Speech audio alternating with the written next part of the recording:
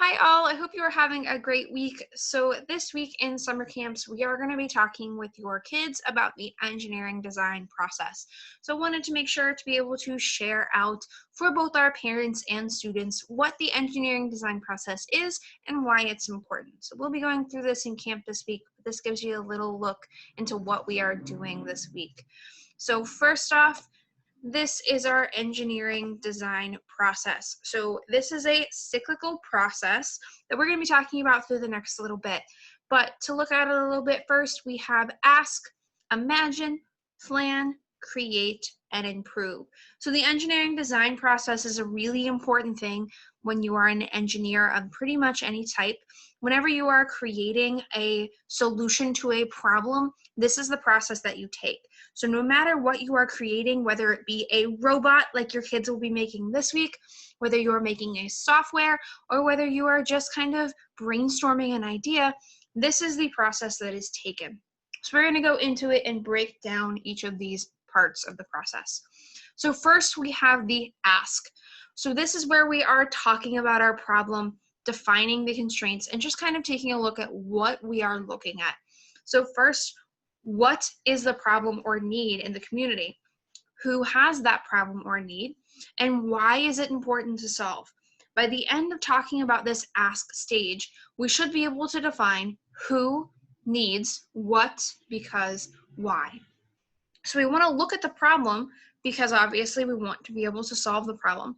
We want to look at who has that problem because that may change what our solution is. And we want to look at why it is important to solve because although most problems are important to solve, some problems might have more of an importance than others. We might need to prioritize in our tasks. So that is the ask description. That is what we do first, is ask. Once we are through asking, that is when we imagine or brainstorm. This is where we want to look at many different ideas because if we don't look at all the ideas and we get stuck on one idea very early on, that might cause us to go down a path we don't want to take. So by looking at many ideas, reaching out to others who may have a different viewpoint, that lets us see all of the paths we can take. And who knows, the best path might be a compromise between two different paths. So how can I get from where I am, point A, to point B?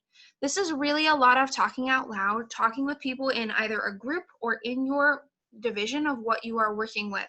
So for engineers, they tend to work in groups because everybody has a different opinion.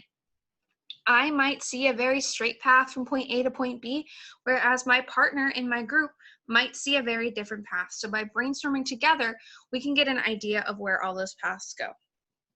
So once we have imagined and brainstormed, we need to choose a solution.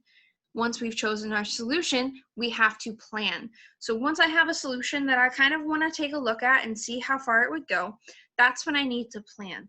So everything comes from planning. With us, what we do typically is we draw it. We make a materials list. We sketch it out. No engineer goes into making something that hasn't planned it out first, or at least not a good engineer. So in our planning, we should look at what do I need, whether I need resources, materials, or just help.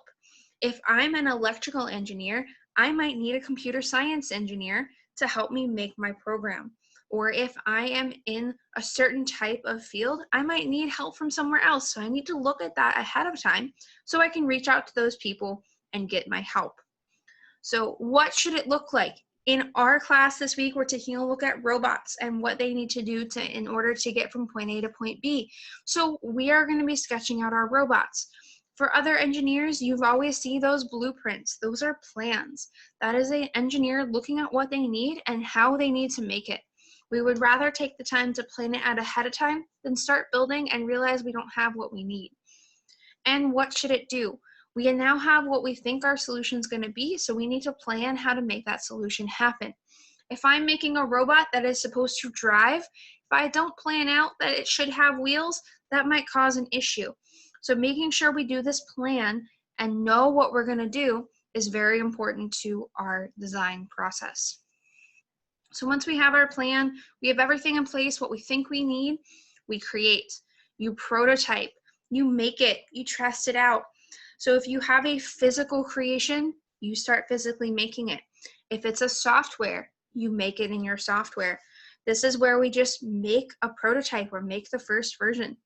The big thing is it doesn't have to be perfect. Most of the time, that's why this cycle is a cycle. We're going to do this a couple times. We're going to start out with what we think we need. Something may fail. That's okay. Doesn't have to be perfect the first time, because once we create it and test it, we need to improve it. So we evaluate what your creation did. If you were supposed to drive in a straight line from point A to point B and you ended up off to the right in your driving, you know what you need to improve. We want to make small improvement plans. So plan on not changing absolutely everything at once. Find something that worked and keep that the same. Make small changes, because then you can start to narrow in on what the problem may be and how to fix it. And getting feedback, whether that be directly from what you were doing, what you were testing, or bring someone else in to look at it. Somebody with fresh eyes might see an improvement that you don't see since you've made the program. And after we've done these improvements or planned our improvements, we repeat. We start the process over again. So this week, we'll be looking at BattleBots and different aspects of robotics that are going to involve this cycle. We're going to start off with one plan it all the way through, execute it, and repeat. The same way this cycle goes, that's what we'll be doing with your kids this week. So feel free to reach out if you have any questions about the engineering design cycle, and we'll see your kids at camp very soon.